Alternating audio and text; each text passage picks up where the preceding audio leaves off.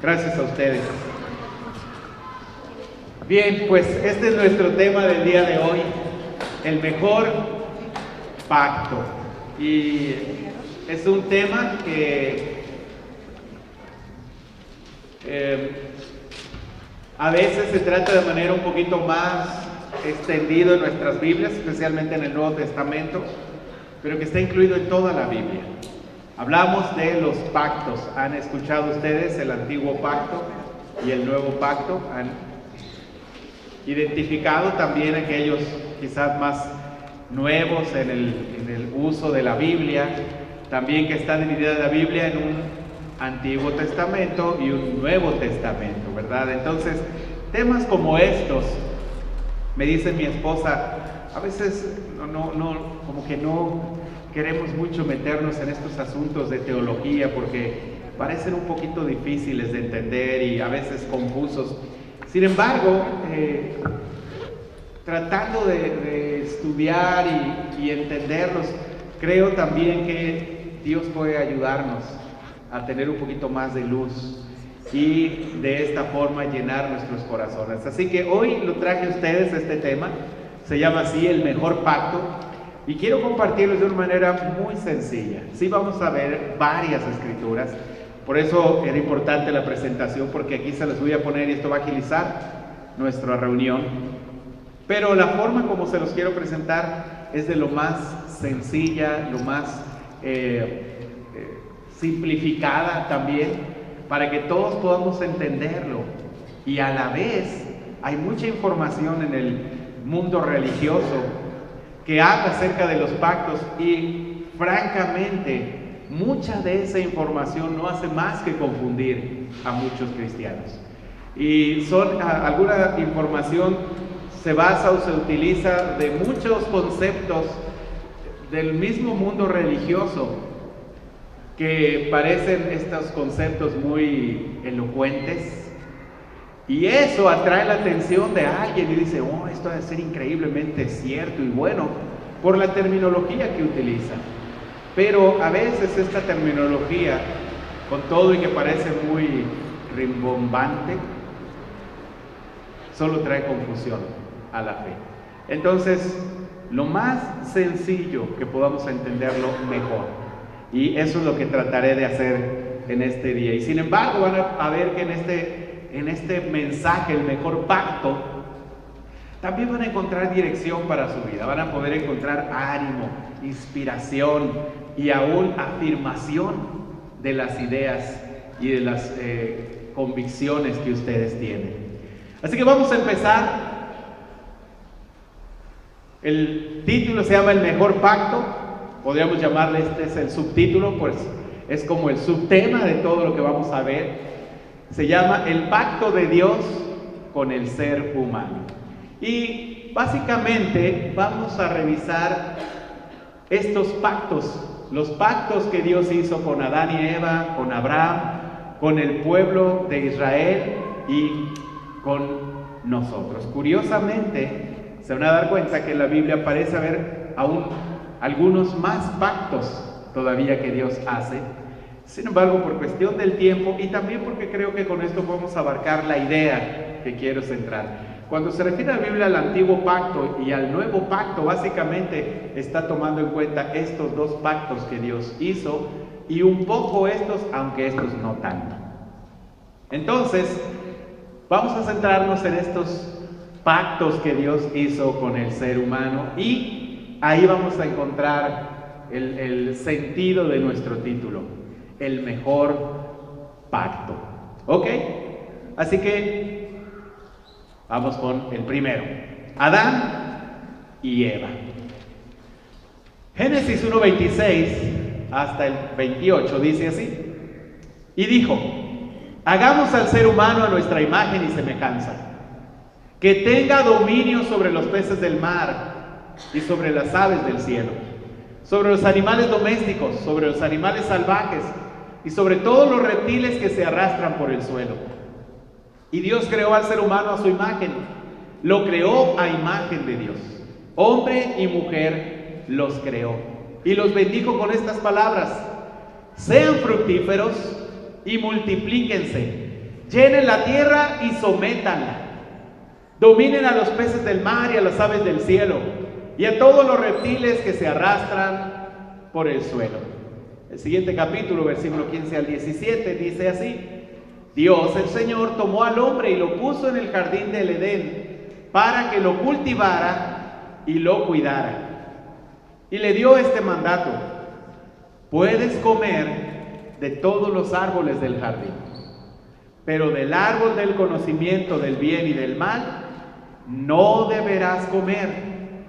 El día que de él comas, ciertamente morirás. El mundo teológico, la teología de estos tiempos, separa toda la historia de la humanidad como en unas 7 eras, le llaman dispensaciones. Estas eras o dispensaciones no son más que separaciones, por así decirlo, que algunos estudiosos han hecho de toda la parte histórica de la Biblia. Incluso se van hasta después de nuestra época y empiezan con la primera dispensación, que se supone que esto está dentro de esa primera era de la historia, o la primera dispensación. Y la última dispensación, le llaman ellos la dispensación del reino, que se basa, según esta teoría, en lo que sucederá después del arrebato. Que viene un arrebato, Dios se va a llevar a todos sus escogidos, y luego viene una especie de reino de 1000 años, el milenio que le dice, ¿no? Ese milenio será gobernado, se supone que por Dios, por un gobierno justo, etcétera, pero habrá tribulación, persecución, todo Yo, francamente, no estoy, pero para nada de acuerdo con esa interpretación del Apocalipsis, pero es lo que algunos creen y enseñan. E incluso puede existir que aún dentro de nuestro movimiento hay quienes crean eso, y está bien. Yo personalmente no creo que el Apocalipsis está hablando de eso, pero puedo equivocarme. Sin embargo, esto es finalmente lo que quiero enseñarles. Estamos ubicándonos entonces en la primera era de la historia.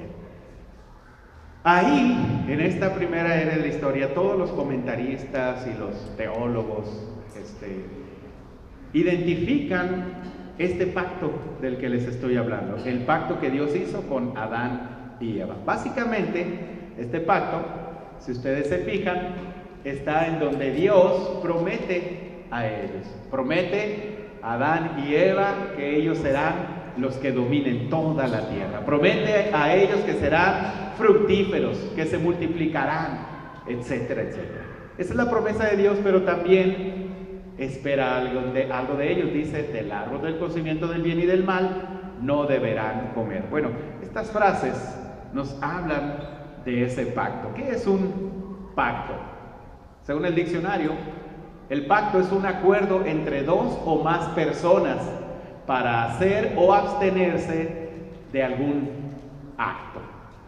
Si tú vas, por ejemplo, a hacer, no sé, un contrato con la compra-venta de algo, y tienes que hacer un contrato porque lo vas a pagar en abonos, pues haces un trato, ¿no? Un pacto, que ahora ya le llamamos contrato, pero es eso, es un pacto. Tú te comprometes a pagar y él se compromete a darte libertad para el bien que te está dando, ¿no?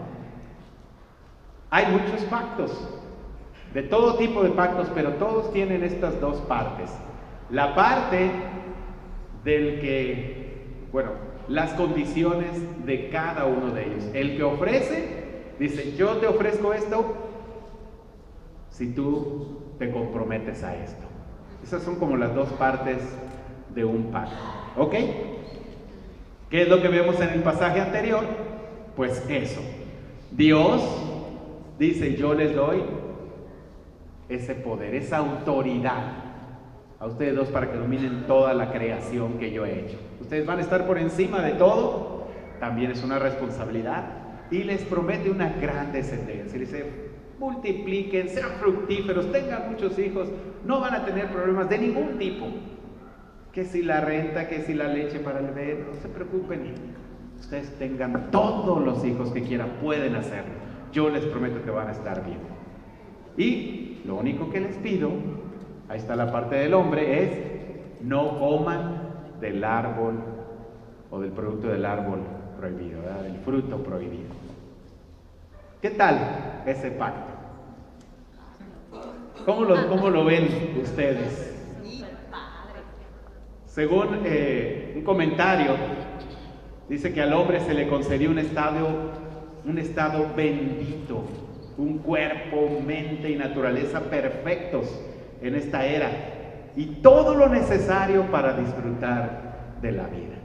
Pues sí, imagínense que Dios te diga, no, pues esto es lo que yo me comprometo contigo, te doy todo, solo tú no vas a comer de ese árbol de mandarinas que está plantado ahí.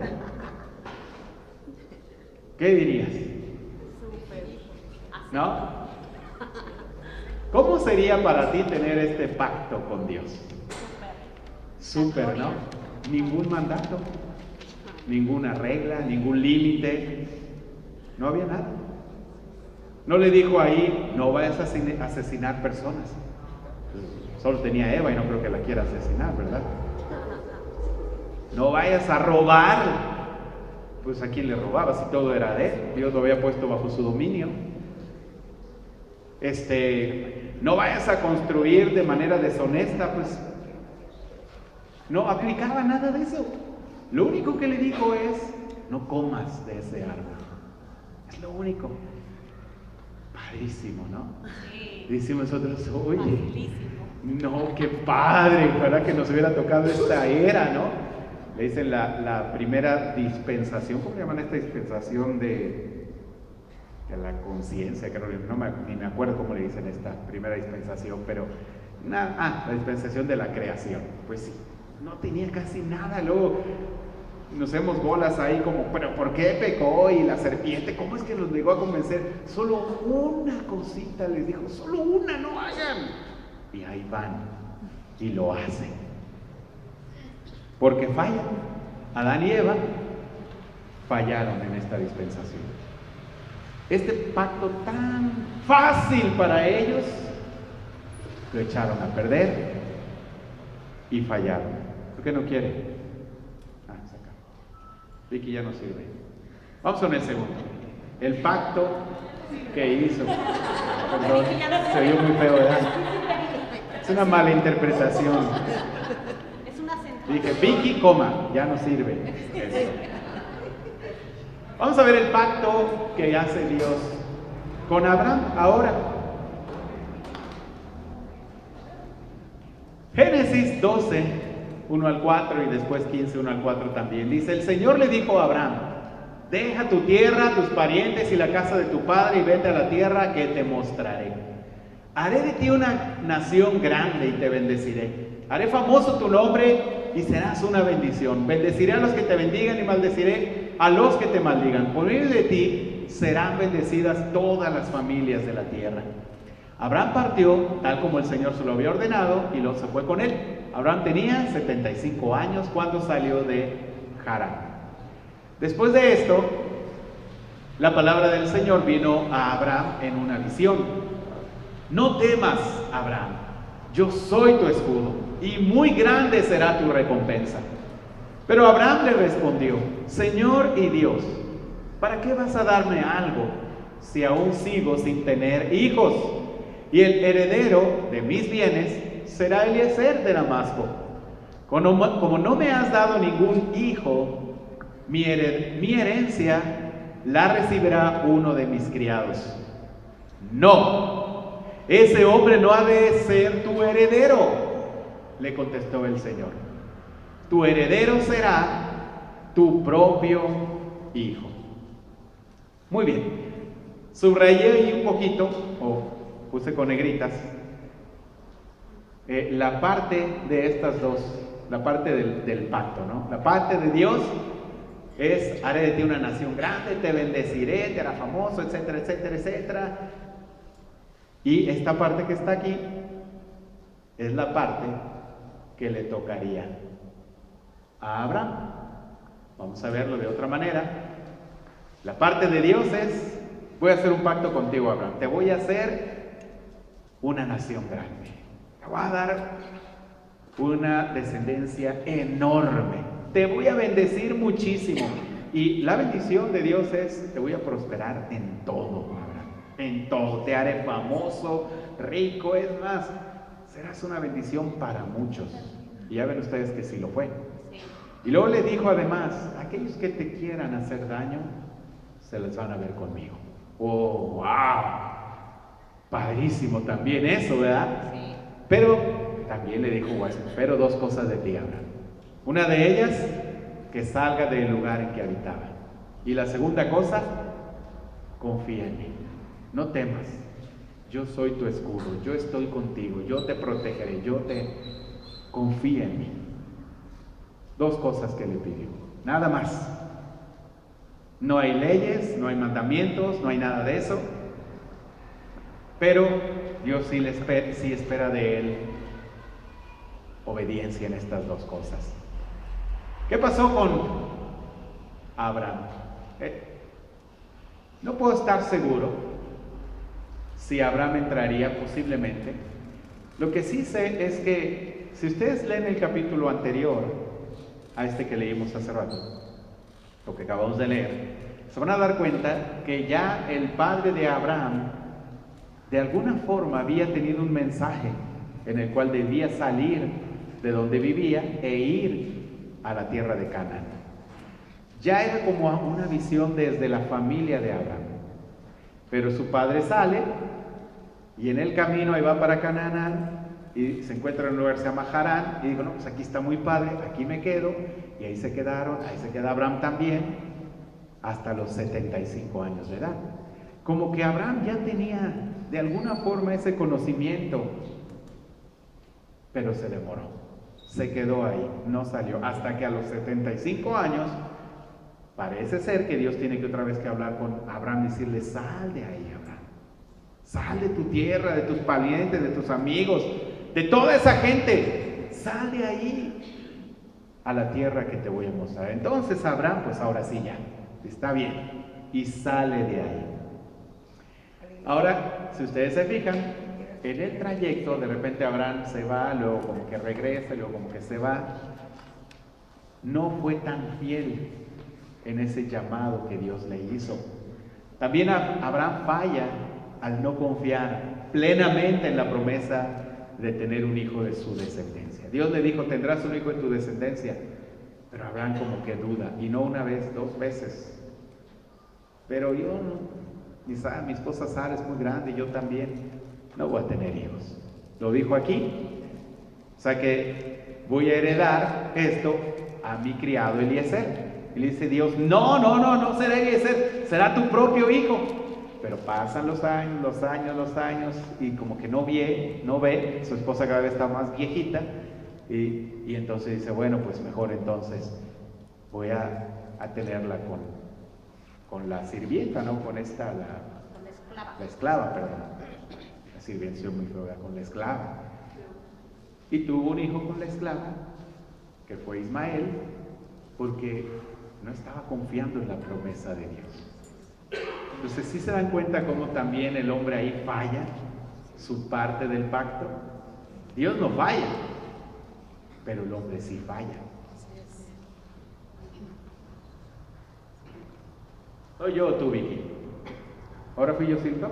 Así jaló entonces. ¿Cómo sería para ti tener ese pacto con Dios? En el cual Él, todo eso que le prometió a Abraham, te lo promete a ti. Lo único que quieres es confía en mí. Que se te atora algo, una situación difícil, solo confía. Solo confía. Que tienes que salir porque se te abrió una puerta o porque vas a ir a un lugar, solo confía. ¿Cómo sería para ti eso? Bueno, vamos al siguiente. El pacto con Israel. Si se dan cuenta, como que cada vez Dios está poniéndole un poco más de cosas que espera del hombre. Ahora llegamos aquí con Israel. En Éxodo 19, 1 al 4 dice, y desde allí lo llamó el Señor y le dijo, Anúnciale esto al pueblo de Jacob. Declárale esto al pueblo de Israel. Ustedes son testigos de lo que hice con Egipto y de que los he traído hacia mí como sobre las alas del águila. Si ahora ustedes me son del todo obedientes y cumplen mi pacto, serán mi propiedad exclusiva entre todas las naciones. Aunque toda la tierra me pertenece, ustedes serán para mí un reino de sacerdotes y una nación santa. Comunícales todo esto a los israelitas. Y en el capítulo 20, primer versículo, empieza con esta frase: Dios habló y dio a conocer todos estos mandamientos. Y a partir de ahí hay una gran lista de todos los mandamientos que Dios le dio al pueblo de Israel, empezando con los 10 mandamientos que están citados en el capítulo 20. Y después, toda la demás ley que conocemos como la ley de Moisés, o la ley del Pentateuco, o la ley de la Torá, ¿verdad? Fíjense aquí, ¿en qué consiste entonces este pacto? También es un pacto. Dios les dice: voy a hacer de ustedes el pueblo de mi propiedad. Serán mi pueblo escogido, exclusivo, un reino de sacerdotes. Es decir, ellos iban a ser la inspiración de todos, los que dirigieran a todo el mundo hacia Dios. Una nación santa, es decir, un pueblo bueno, un pueblo que se porta bien, donde hay honestidad, donde hay verdad, todo eso. Ustedes serán eso. Y yo los tendré aquí cerca de mí, todo el tiempo los voy a proteger. Y bueno, hay muchos más pasajes que hablan de todo lo que Dios haría con este pueblo de Israel: protección, amor, cuidado. Y en la misma historia vemos cómo Dios hace todo esto con el pueblo de Israel. Pero ¿qué espera de ellos? Ahora lo que Dios espera ya no es solo no coman del fruto del árbol prohibido. Ahora lo que les dice es: obedezcan los mandamientos de la ley. Dice: quiero que los cumplan fielmente, al pie de la letra. Y ahora son muchos los mandamientos. ¿Por qué? Habían transcurrido muchos años.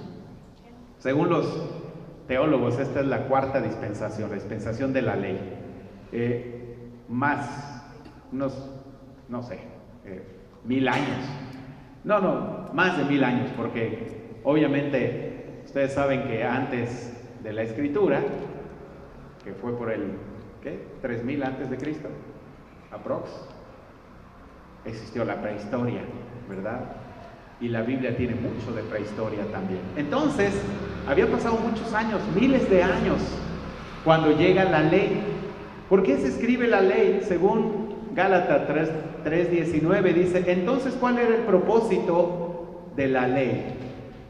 Según esta escritura dice que fue añadida por causa de las transgresiones, hasta que viniera la descendencia a la cual se hizo la promesa. O sea, Dios escribió toda esta ley porque había demasiado pecado ya en la humanidad.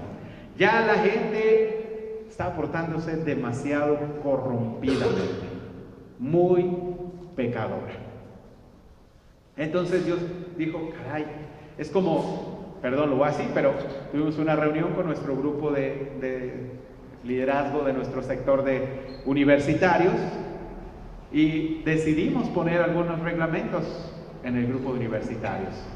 No los habíamos puesto así, pero dijimos: a partir de ahora, estas van a ser algunas reglas en cuanto a las relaciones hombres con mujeres, discípulos con discípulas. Ya tenemos ahí nuestros 5 estatutos, porque les puse 5 reglas. Bueno, ¿por qué lo pusimos? Por las transgresiones. Porque empezamos a ver que había un acercamiento ya muy fuerte al pecado. Incluso en algunos casos ya estaba habiendo pecado. Entonces, estas reglas llegan por la transgresión. Las reglas a la humanidad, al pueblo de Dios, llegó por todas las transgresiones. límites. No hagas esto, no hagas aquello, haz esto, haz aquello, etcétera, etcétera, etcétera. ¿En qué consistían las leyes? Las leyes podríamos encerrarlos en tres grandes rubros. Mandamientos, específicamente aquellos que expresaban la voluntad de Dios. Los juicios, que tenían que ver con la vida social y civil de Israel. Y las ordenanzas, que tenían que ver con todas las prácticas de la religión. ¿Ves? La práctica de la religión de Israel. Todo lo que tenía que ver con los sacerdotes, todo lo que tenía que ver con el tabernáculo, después con el templo de el templo de Jerusalén. Ahora, ¿saben ustedes cuántos mandamientos tenía la ley, la Torá? ¿Alguien sabe? ¿O alguien alguna vez se ha tomado el tiempo para contarlos? Todos los mandamientos del Antiguo Testamento. ¿Cuántos serán? ¿10? Más de 10. ¿50? Imagínense que pongamos 50 mandamientos para la Iglesia de Cristo en Cuernavaca. ¿Sí los cumpliríamos? 50 mandamientos para el grupo de jóvenes y universitarios. Oye, con 5 estamos batallando, ¿verdad? 50. ¿Cuántos le calculan que tendría la ley del Antiguo Testamento? Para no tardarnos mucho tiempo, tenía 613 mandamientos. Nada más. 613 mandamientos que fueron recopilados por rabino Maimónides. Ahora, más o menos pueden ser porque todo depende de la traducción. Algunos quizás omitieron algunos mandamientos porque los encerraron dentro de otros, pero más o menos, según el estudio de este rabino, unos 613 mandamientos. Los que Dios les dijo, pues nada más quiero que ustedes cumplan esta parte del pacto, 613 mandamientos, ¿ok? Santiago 2:10 dice, porque si una persona obedece toda la ley, o sea, 612 mandamientos, pero falla en un solo mandato, resulta culpable frente a todos los mandatos de la ley. O sea que imagínate que uno bien esforzado, que le echa muchas ganas, 612 mandamientos los lleva al pie de la letra, pero falla uno, es culpable de todos los demás.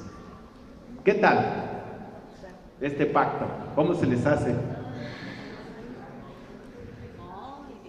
Salmo 14 del 1 al 7 nos dice el necio en su corazón, no hay Dios, están corrompidos, sus obras son detestables, no hay uno solo que haga lo bueno.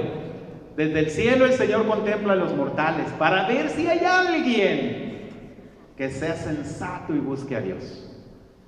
Pero todos se han descarriado, a una se han corrompido. No hay nadie que haga lo bueno, no hay uno solo. 1000 años antes de Cristo, algunos años después de que se promulgara esta ley, resulta que nadie la cumplía. Todos fallaron también, porque son demasiados mandatos, ¿no? Si pusiera por lo menos unos 300 tal vez, ¿no? Pero 613 son demasiados mandamientos. ¿Cómo sería para ti tener este pacto con Dios? ¿A quién le gustaría? ¿Alce su mano? Bueno, ahorita vamos a ver, chicos. Vamos con el último. El pacto de Dios con nosotros, con el ser humano llamado Esteban, Vicky, Lupita, Matías, ustedes. ¿En qué consiste el pacto que Dios ha hecho con nosotros? Bueno, vamos a ver algunos pasajes. Hebreos 8 del 8 al 9 y 9:15 dice, vienen días, dice el Señor, en que haré un nuevo pacto con la casa de Israel y con la casa de Judá. No será un pacto como el que hice con sus antepasados el día en que los tomé de la mano y los saqué de Egipto, ya que ellos no permanecieron fieles a mi pacto y yo los abandoné, dice el Señor. ¿Qué está hablando aquí? Este es un pasaje tomado del Antiguo Testamento, de los profetas, en donde dice, está prometiendo en el futuro hacer un nuevo pacto con la sociedad, con los seres humanos, con las personas. Pero en el versículo 15 del capítulo 9 dice, por eso Cristo es mediador de un nuevo pacto, para que los llamados reciban la herencia eterna prometida, ahora que Él ha muerto para liberarlos de los pecados cometidos bajo el primer pacto. Que se refiere exactamente al pacto de la ley. En el caso de un testamento, es necesario constatar la muerte del testador, pues un testamento solo adquiere validez cuando el testador muere y no entra en vigor mientras vive. Bueno, aquí lo primero que se anuncia es la llegada en un futuro de un nuevo pacto. Dios quería establecer un nuevo pacto con nosotros, con los seres humanos, porque había considerado que en el pacto anterior, el pacto de la ley, había muchas fallas. Simplemente no estaban cumpliendo con el pacto, con su parte del pacto. Y dice Dios, ¿cómo voy a cumplir yo con mi parte si ustedes no están cumpliendo con la suya? Hay que hacer algo. Y entonces promete un nuevo pacto. Y ese nuevo pacto es cumplido en la época de Cristo. Se supone que el pacto de la ley termina en la cruz de Cristo. Y también esa dispensación termina en la cruz de Cristo, y algunos la ubican en el día del Pentecostés, cuando inicia el cristianismo, ¿verdad? Es el nuevo pacto. ¿Quién lo inicia? ¿Cómo es posible? ¿Cómo llega? Gracias a Cristo. Es ese mediador Cristo de ese nuevo pacto. Ahora, fíjense, puse aquí en negras nuevo pacto y abajo dice testamento, ¿verdad? Y lo quiero decir o resaltar porque he escuchado muchas veces a otras personas decir que cuando se refiere a pacto en el Nuevo Testamento está mal dicho pacto, que lo que debe decir es un testamento. Por eso la Biblia dice Nuevo Testamento a la segunda parte de la Biblia y Antiguo Testamento a la primera parte. Entonces, testamento y pacto, yo les pregunto a ustedes, ¿es exactamente lo mismo? ¿Ustedes ven alguna diferencia entre testamento y pacto? ¿Qué diferencia pueden ver entre ya dijimos que un pacto es un acuerdo entre dos personas que se sienten obligadas a algo. Yo a darte, pero yo espero esto de ti. ¿Y un testamento?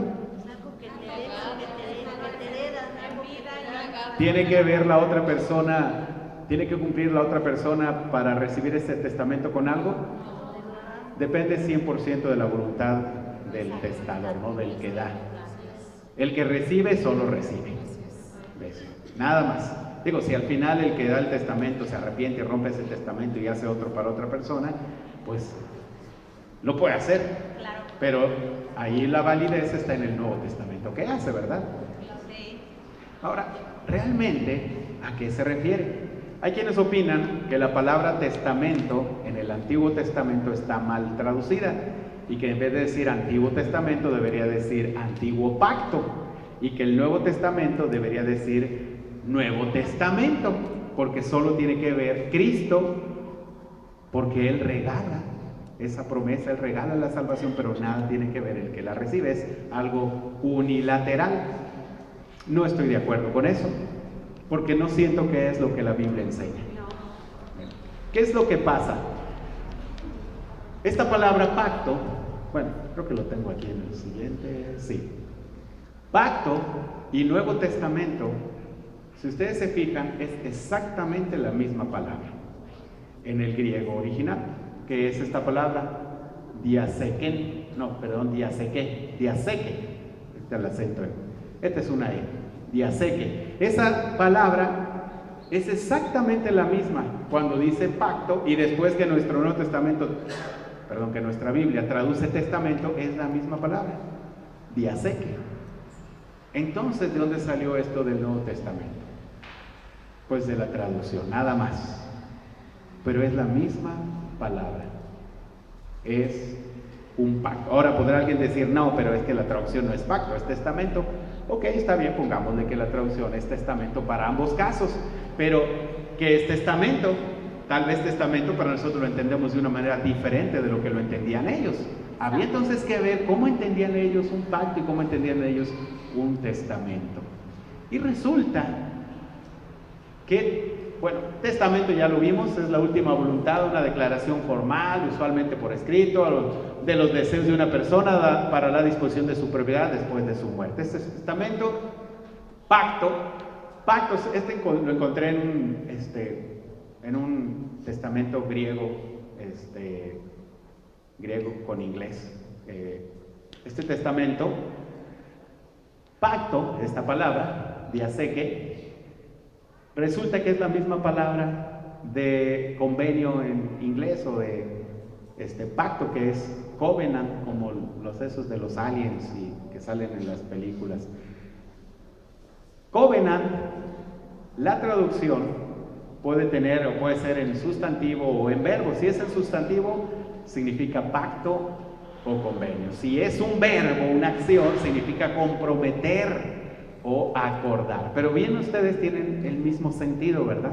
Y esta traducción que ven aquí, por eso les dije que la saqué de un griego inglés, porque es la traducción específica al inglés de la palabra diaseke.